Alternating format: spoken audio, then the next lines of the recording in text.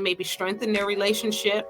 They want to know how to end their relationship. They want to know how maybe to be a better partner, or they want to have conversations about finance or love. So again, I don't like recruiting people to coach. I want somebody that's willing to, open up and talk about whatever they want so they can help heal their relationship. And as you can see behind me, it says honesty helps heal.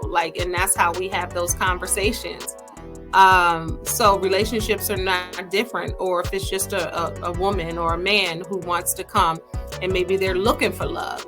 And as we talked about it, I might coach them to date online or to meet people here, or to make sure they're right before they meet anybody. They got to get themselves together, so it might be a little bit of that.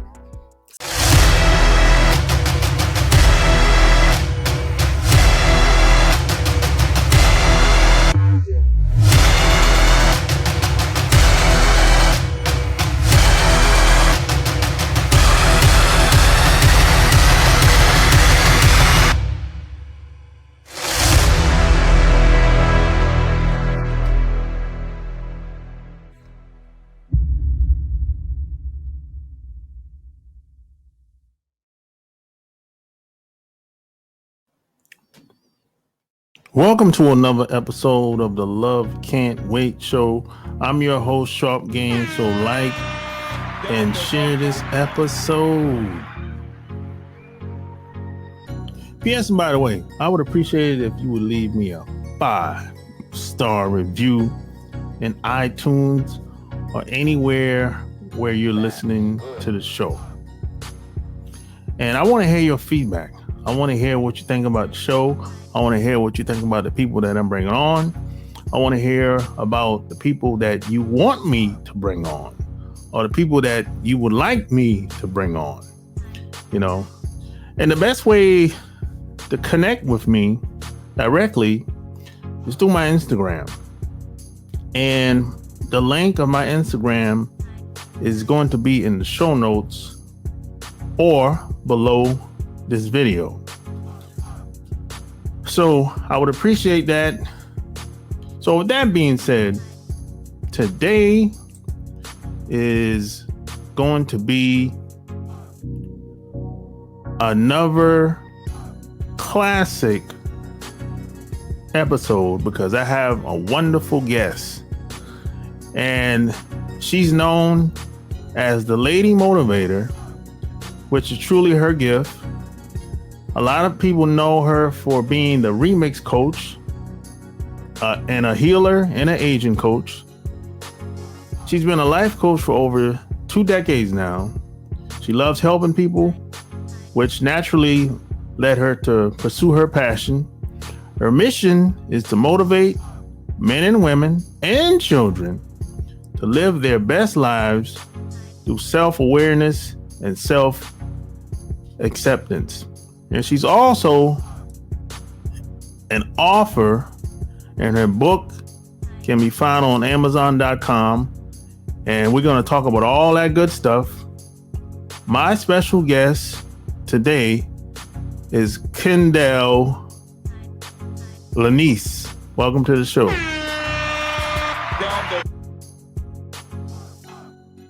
Kendell Lanice, welcome to the show.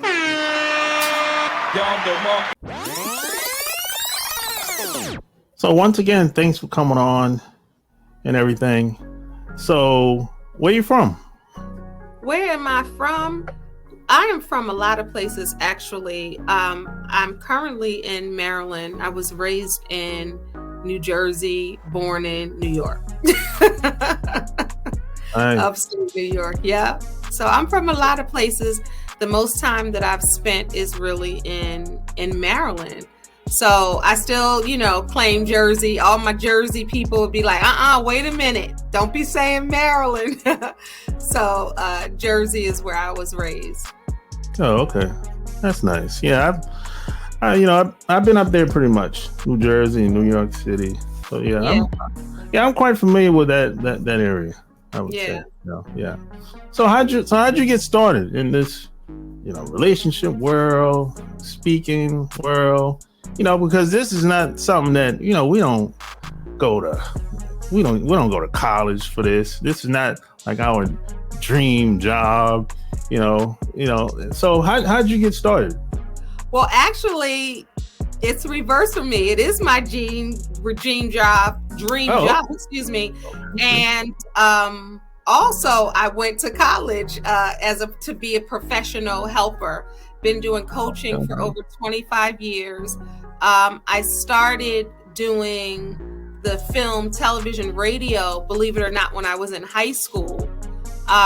They had a program. So I have been interested in what we're doing now and what I'm doing now since I was a child. I have a gift with people. I love being in the people business. So anytime I can help somebody, I've been doing that since I was little. So it's really not even when did I start doing it. It's been in me since I've been born. When I talk to my mom and listen to other people and then remember my childhood, this has been me. So yeah. That's nice. That's different. Unique. I think you're the first person I've ever met, because most people that I've talked to, including me, most of the time what we're doing is either we had an experience doing that, or maybe we had trials and tribulations and we wanted to help other people or avoid some of the traps and the pitfalls that we've had. So yeah, that's different. But I think it's that too, though. I can agree with you on that. I think it's that too, because I'm not making my soul living doing it, but I would love to, and it is to really help people and to have them avoid pitfalls that I've experienced. So it is some of that too, wanting to really inspire and encourage other people, and if they can learn from me, why not? I'm not a gatekeeper when it comes to healing, when it comes to love, when it comes to relationships, or when it comes to career moves or anything like that. So if I can help somebody, that's just innately me, even if I wasn't a quote unquote certified life coach and author and all of that. That would be me anyway, because I'm just a person who wants to see people win and wants to see better for people. And I think I've always been like that. Yeah, that's a wonderful thing, But I always tell people, and people are surprised when I say, I never wanted to do any of this. I never wanted to do videos. I never wanted to write any books. I never, the only thing that I did like doing when I was growing up is speaking in front of people. But I grew up very shy. I would prefer to be in the background and let everyone else be in the front. I never wanted to speak and be in videos. And when I tell people that, people are very shocked. Like, really? I am shocked. I'm shocked, but I'm not. So many things that you're saying, they're resonating with me, because nobody knows, or nobody believes. I can't say nobody knows. The people that know me know, but nobody believes that I do have a shy side. Like, I don't always want to pop on the camera, or I don't always want to be ha ha ha. You know what I mean? And sometimes I like to be in my cocoon and I'm quiet, or I'm laying back in the cut. So I totally get it, but it's called God. I believe God has called me to do it, because it's just been who I've been. But I can agree with you with that, because I don't necessarily always want to be on camera, but I do always want to encourage or motivate people. And then how do you reach the masses? By turning on that camera. So it's almost like, okay, I gotta do it, but it's a natural thing for me. And now that we have, this medium called social media, it's easy to reach a lot of people, or even if you reach one. So I understand that. I get it. Yeah, I agree 100%, So when did you know that there was such a thing as a certified life coach?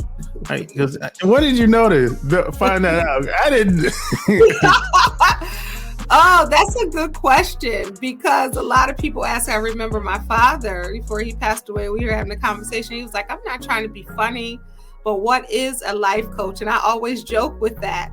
It's interesting because before I got certified, I was already doing life coaching. And when I look at my old high school yearbooks and read what people said about me, I was like, oh, okay, I was doing that then. That's what that was called. Oh, okay. I was just encouraging and motivating someone. So I fell into it when I saw Iyanla Vanzant when I was probably a teenager. And I remember her doing that. Like, it was never a thing like, I'm sought after. Let me try to be this life coach because I seen somebody do it and I want to do it.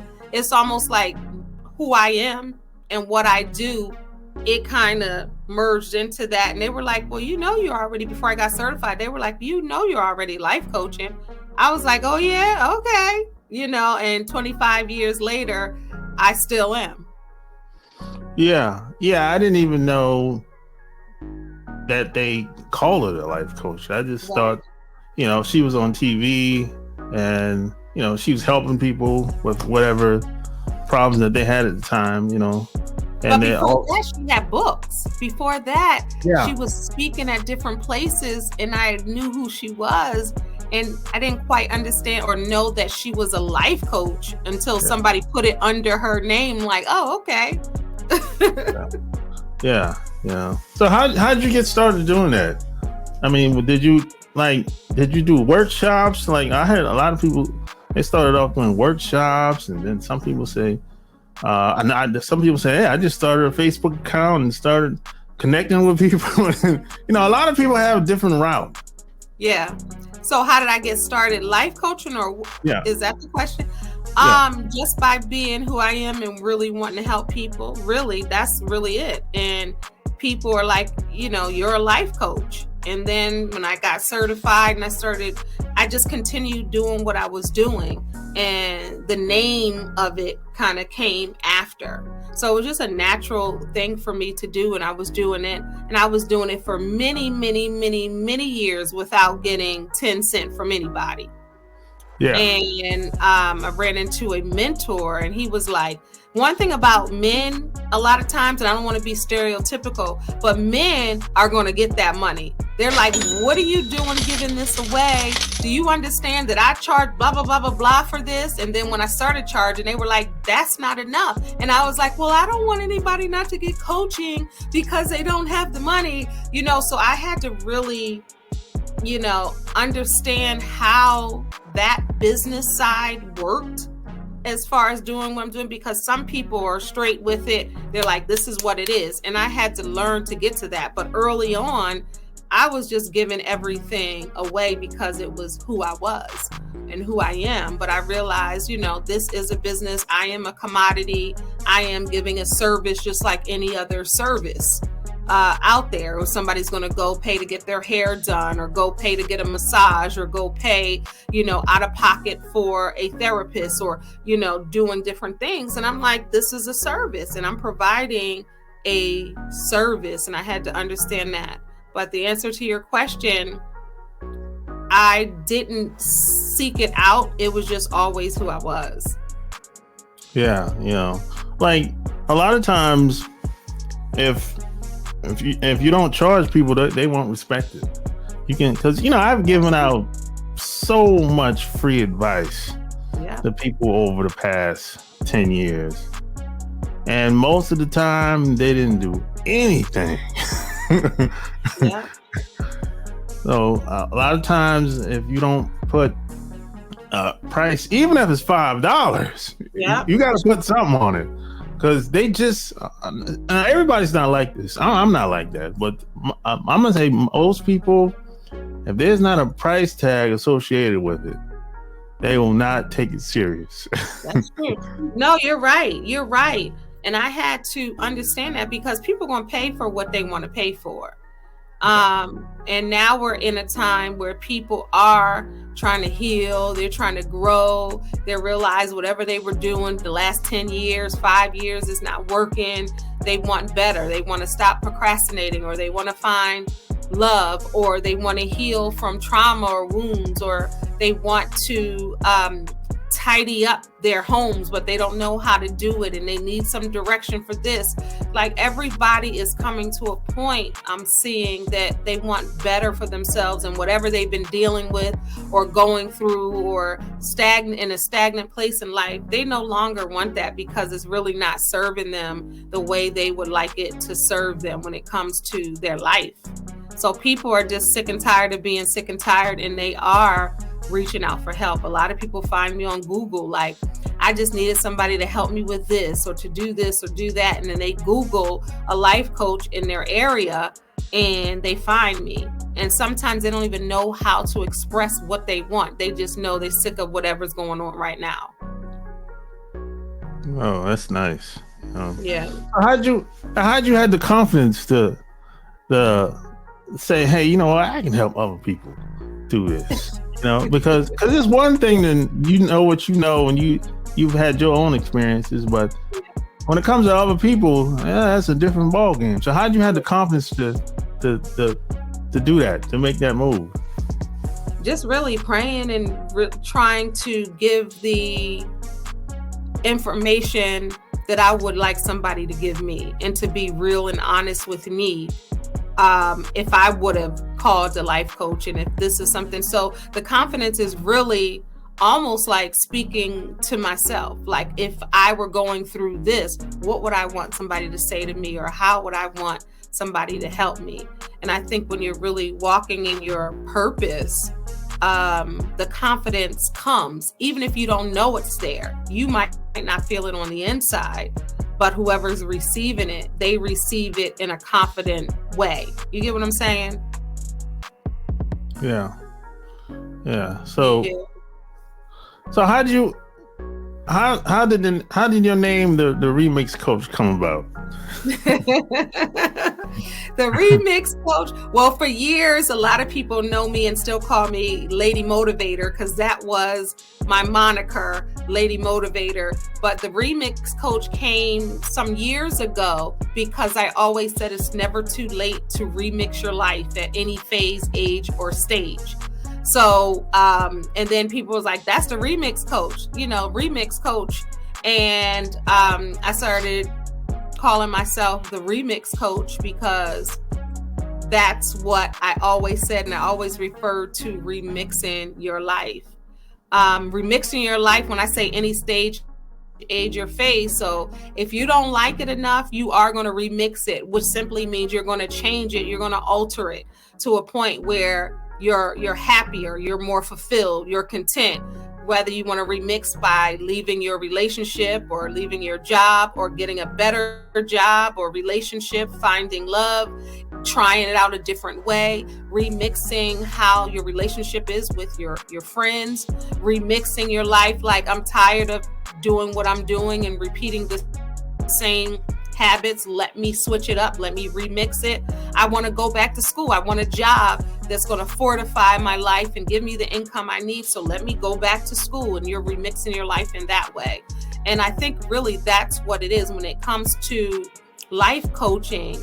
And when I talk to my clients about remixing your life, that's really what it is. Doing things differently. Like I said, when people are sick and tired of being sick and tired, you want to remix it. You want to remix your health. If you got a bad high blood pressure, or if you have diabetes, or if you are not eating the way you should be eating, then the doctor will pretty much tell you, you got to remix this, right? You got to change the way you eat. You have to exercise. You have to do this. So all of it is really remixing your life to really get the results that you want. Yeah, people change when they want to change, or when I think my grandfather used to say, people change when the heat is on. Heat and pain. That's true. That's true. That's true. Yeah. That's very true. I love that. Yeah. I love that. So what made you want to start writing? You came out with a book. What made you want to do that? Because that's a lot of work. It is, but that's another thing. Let me tell you something. It's another thing. Like, it's not I'm not choosing it. Like Lopez is really choosing me because I've been writing since I could talk. Since I could write, I literally been writing. You know, I was writing poems when I was little, short stories. I was writing for my school newspaper or on the programs when they had somebody commissioned to write a poem or write a few words about this or write this love letter for this person. I would ghost write a love letter for somebody, like a guy to give to a girl. I would write the letter. You know what I mean? So but even though I'm a professional speaker, have been doing this for years, even though I'm a coach, I have been doing this for years. You know, I got a podcast and all of this talking for a living. I'm a better writer than I am a speaker when it comes to, because I can just have a back in the day, a pen and a pad, or I can just type and it just pours out of me. Yeah, that's nice. So I've been writing. It's interesting. I've been this same person my whole life. This is just me. So I want to, it was important for me to just step into all of it. That's nice. Hey, I wish I was this way 20 years ago. Right. Hey, I would have been much further ahead today. Me too. If social media and YouTube was here 20 years ago, oh yeah, it would be amazing for me in my career. If this was here 20 years ago. Yeah. Well, speaking of YouTube, when did you find out that you could even come on YouTube? When did you find that out? Now you're going to laugh at this. And it wasn't, think about this, it wasn't like it is now. But I started my YouTube channel in 2006. Okay. And where it was difficult because the phones, I had a BlackBerry or flip phone, you couldn't upload. You would have to go to your computer and it would be, okay, let me use this video camera. And then, so it was a lot. It wasn't as simplistic as it is now. And, you know, I would do some things and I would and then I left it alone and then I picked it back up. So I was always, like I said, I had been trained to do some of the things when I was in high school. So I was very interested in doing that. And I just was on there just trying to figure it out. Now you can, while you're standing at a stop sign, you know, you can upload something if you want to. While you're walking down the street, you could do it. So it's so much different now than it was. Okay. Yeah. So what made you start a podcast? What made me start a podcast?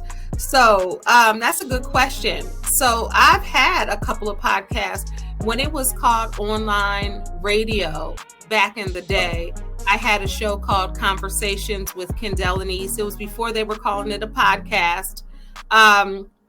It was visual. I was sitting there. I was in a studio doing it for an online radio station. And that was my first entrance other than like college radio and different things back in the day. That was like the entrance to podcasting.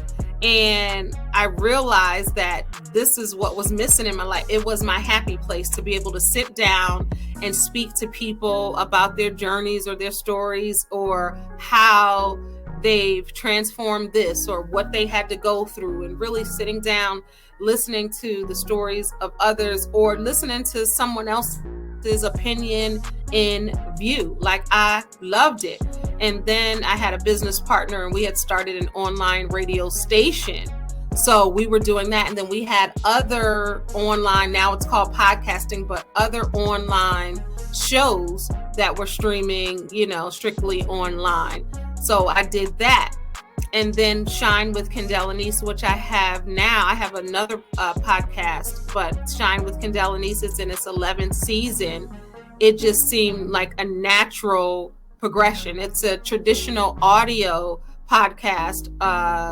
And I'm so blessed to have it on Google Podcast, Spreaker, Apple, Spotify, iHeartRadio. It's wherever podcasts are played, you can listen to it. And it's that traditional audio. So I love it because I can do my podcast from anywhere. Like I don't have to do hair or makeup or, men don't have those problems, but I can do it because it's just my voice and my view and my opinion. And it's so comfortable to do that. So it was a natural progression. Again, as I told you, since I was in high school, I had been studying this in journalism and communications is what they called it in high school when I was starting college. Like my grandmother, who she used to say was a newscaster in Philadelphia. I was raised in South Jersey, Lisa Thomas Laurie. And she used to be like, and I was little. She was like, you're going to be the next Lisa Thomas Laurie. And then my father used to be like, who you think you are, Oprah? When I was younger. And it's just been a part of who I am. So as everything that I told you earlier, it was just a natural progression of getting those messages out and allowing people to share and to have a voice on my platform, or for me to do live coaching on my platform or interviewing amazing guests. So that's how I got started. That's the short, long answer. So how do you pick the guests that you bring on? They have to have something to say. They have to be able to be transparent and honest. They have to have a story that's compelling, right? Or something that they've overcome, or just the journey of people. Like we all got a story, right? But everybody's not willing to share or to tell it.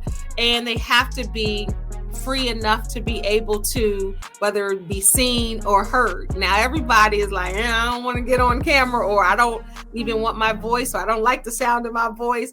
So it just has to be somebody who really wants to share whatever it is. Everything is not always deep. We're laughing and having a good time. And that's what I like. When I interview people, I like for it to be a natural, organic conversation. I don't like it to be like, so tell me this. So tell me that. Like I like we're doing now. You interviewing me. It's just like a conversation. That's how I like it. Yeah. I had some people like that I brought on. They said, "Hey, I'll come on, but I don't want to show my face," or whatever, which is cool. I get it. Because some of the stuff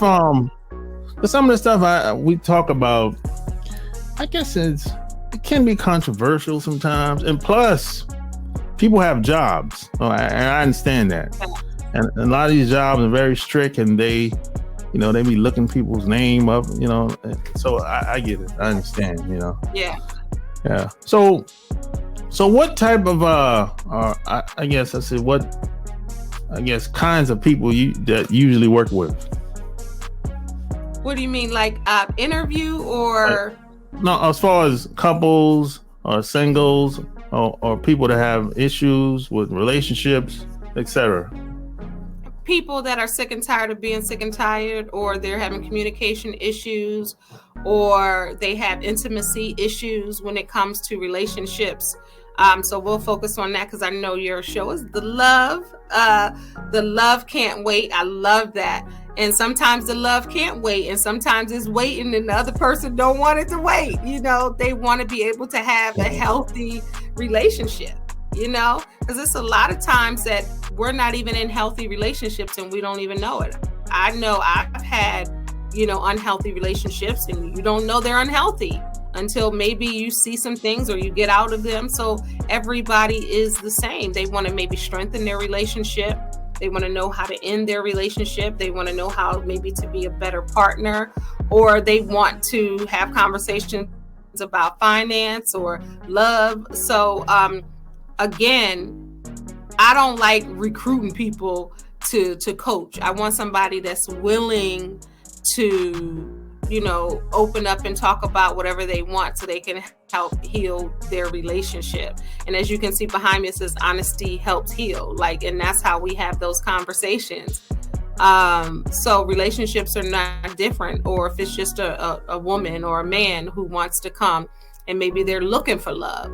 And as we talked about it, I might coach them to date online, or to meet people here, or to make sure they're right before they meet anybody. They got to get themselves together, So it might be a little bit of that. So it all depends. Yeah, that makes sense. Well, speaking of meeting people, have you reached out to some of the other people online, as far as people that's on YouTube or people that's on other platforms, like doing similar things as you?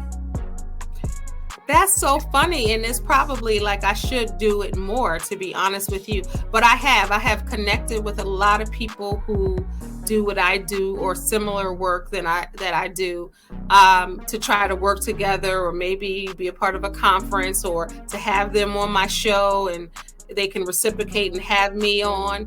So I probably need to do more of that. But I have reached out to people, and people have reached out to me, and I have met a lot of amazing people who are in the same vein of work that I am. So that's good.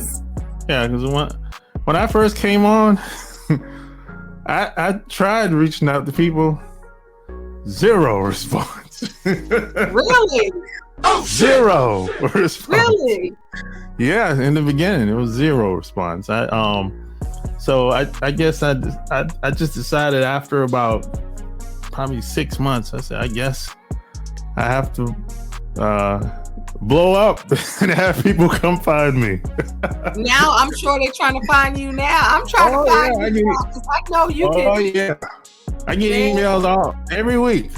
I know you can help. Even though I've been doing this for a long time, I'm not doing it full time, and I would love to. And that comes with, the money and all of that you need to live, right? So I would love to.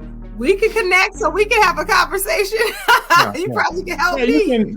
The thing that I always tell people when you first come online, it's better to collaborate and connect with other people, because you can do more, you can grow faster, But if it's just you by yourself, it might take a little bit longer, unless you're connected to some big brand or network or something like that, or maybe someone that's connected to a big brand. But if it's just you, that's what I'm going through right now. If it's just you, if you're by yourself, like I was, man, it's gonna take a while.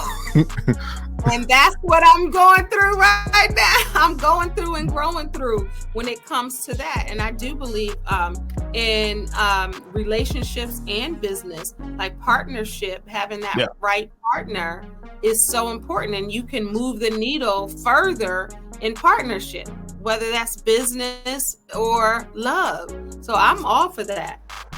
I think it's so important. Yeah.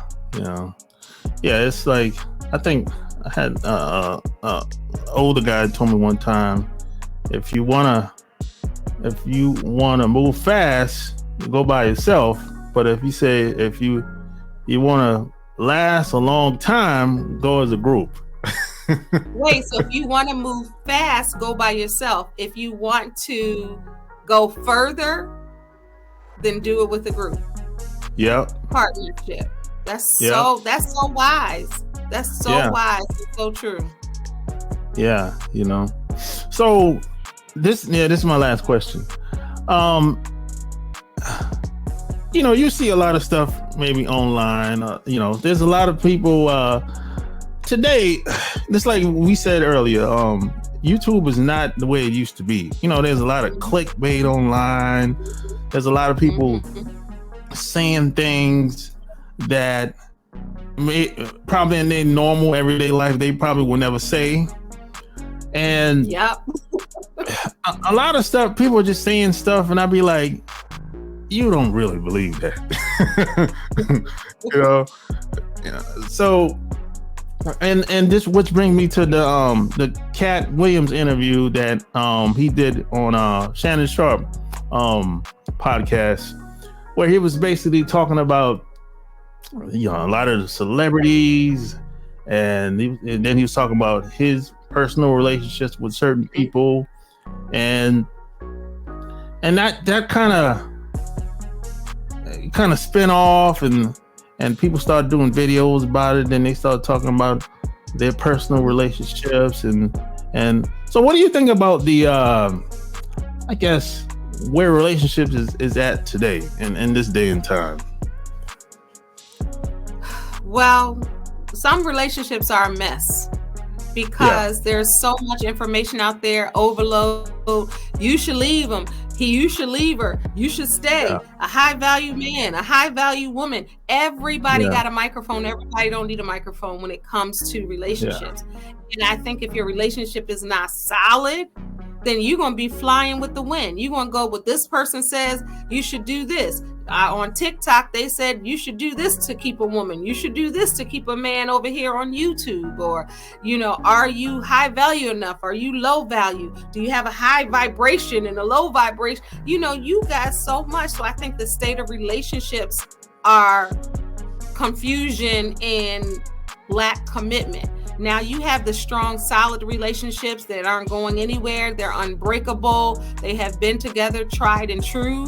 But some of these new relationships, they're different. They don't hit the way they used to when it comes to, love and relationship, because the minute something happens is people going to be like, I'm out.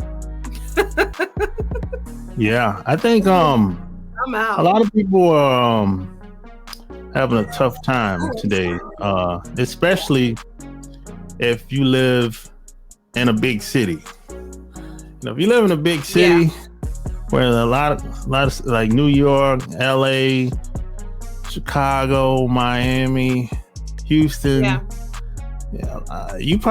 lot of people are having a hard time in these big cities. But if you live in a smaller town, you'll be okay. You might have a little bump in the road or whatever, but you'll be okay. But because it's nothing else to do, right? You know the whole family, everybody, that they know, your friends are connected.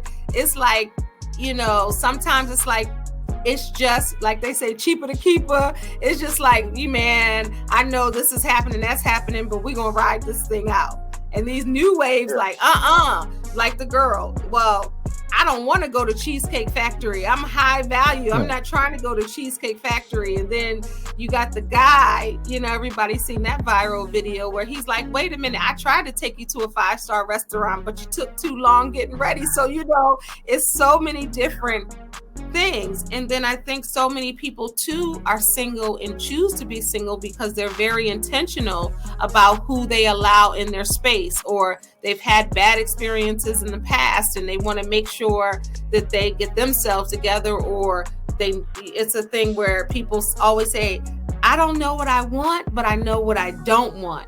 So I think that it is promoted to be single or to be free. And a lot of people are not interested in monogamous relationships. So then you have that, or people have trust issues. So there's a lot going on with relationships, but I still believe in love. I still believe that relationships can be solid. They can be healthy. They could work, but I think that both parties have to do the work, whether it's coaching, therapy, having conversation and dialogue, and being open and honest with each other. I definitely think healthy relationships exist and they can work, but it's just getting to that point. So some people will be like, these single streets are ghetto. People be saying, if you got somebody, don't let them go, because it's the dating pool got pee in it. It's raggedy out here for sure. But I always tell people, I said, look, I mean, like, for example, if you're in the music business, your relationships are going to struggle in that. 9 times out of 10 it is, because that industry doesn't really support long-term relationships. It just doesn't.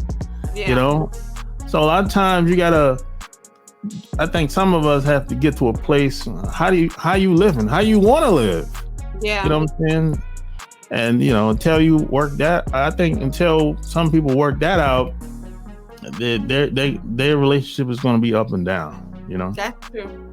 That's true. And there are certain occupations or occupational hazards, I can even say, when it comes to relationships that are not conducive to a healthy relationship. Because if you are, and in some entertainment couples work and they work very well, but some can't handle that. Like if somebody is not there, or they're gone, or their money is not steady, or they have all of these options, and the man is insecure, the woman is insecure. So you see it happen all the time, where last year, 2023, everybody was getting a divorce. Like it was just coming up on the feed. They're getting a divorce. They're getting a divorce. They're getting a divorce. And I think because I think what the pandemic has taught people is that life is precious and short. And they were satisfied in relationships being unhappy because that was just the nature of their relationship.